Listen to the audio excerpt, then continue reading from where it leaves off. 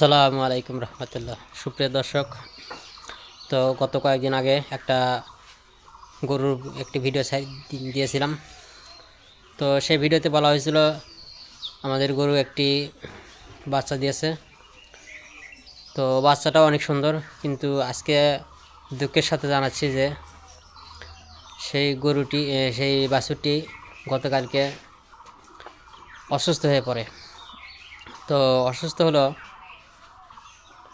তো গাভী তার বাছুরের লেজে পাড়া দিয়ে রেখেছিল। তো বাছুর ওঠার জন্য অনেক চেষ্টা করছে, কিন্তু শেষে লেজটা ছিঁড়ে যাওয়ার পরে সেই বাছুর উঠে দাঁড়াতে পারছে। এটা একটা দুঃখজনক বিষয় যে গাভীর পায়ের নিচে পড়ে সেই লেজটা ছিঁড়ে গেছে।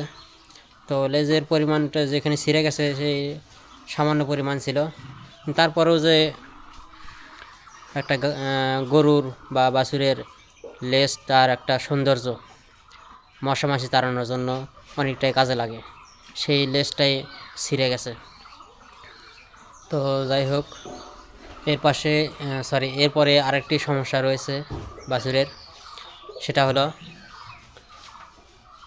তো আজ সকাল থেকেই বাছুরটা কিছু খাচ্ছিল না। তো তারপরে আমাদের সন্দেহ হয়, তারপর আমরা তার পেটে একটু থাবা দিয়ে দেখলাম যে পেটটা ফেপে গেছে, ফুলে গেছে। তো এই অবস্থা দেখার পরেও আমরা মাঠে কাজে গিয়েছিলাম। মাঠ থেকে এসে দেখি পেটটা আরও অনেকটাই ফুলে গেছে। তো তাৎক্ষণিকভাবে আমরা পার্শ্ববর্তী আমাদের বাড়ির কাছেই বাজার রয়েছে,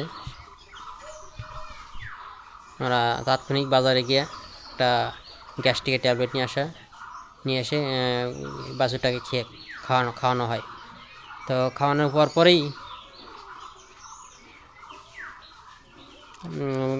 পরপরই একটু হলেও সুস্থ বোধ করছে, পায়খানা করছে, পেটটা অনেকটা কমে গেছে।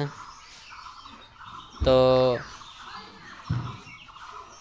এখন একটু আগেই দুধ খেলো। তো সব মিলিয়ে এখন মোটামুটি কিছুটা হলেও নিয়ন্ত্রণে এসেছে।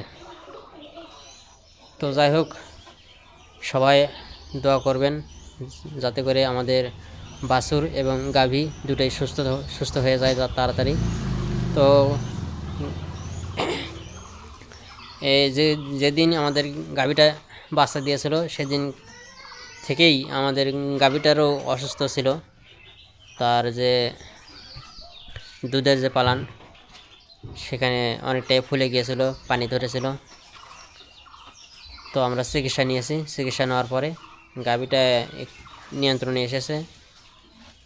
তো আজকে গত রাত্রে যে বললাম যে বাছুরের লেজ ছিঁড়ে গেছে, সেটা গত রাত্রে। আর আজকে সকাল থেকেই বাছুরের পেটের সমস্যা। তো গ্যাস্ট্রিকের ট্যাবলেট খাওয়ানোর পরে সেটাও অনেকটাই নিয়ন্ত্রণে এসেছে। তো সব মিলিয়ে আবারও বলছি যে আমাদের গাভী এবং বাছুরের জন্য সবাই দোয়া করবেন যাতে করে খুব তাড়াতাড়ি সুস্থ হয়ে যায়। তো যাই হোক, আজকে আর কিছু বলবো না, ভিডিও বেশি বড় করব না। তো আজকের ভিডিও পর্যন্তই। ভালো থাকবেন, সুস্থ থাকবেন এই কামনা করে আজকের মতো বিদায় নিচ্ছি। আল্লাহ হাফিজ।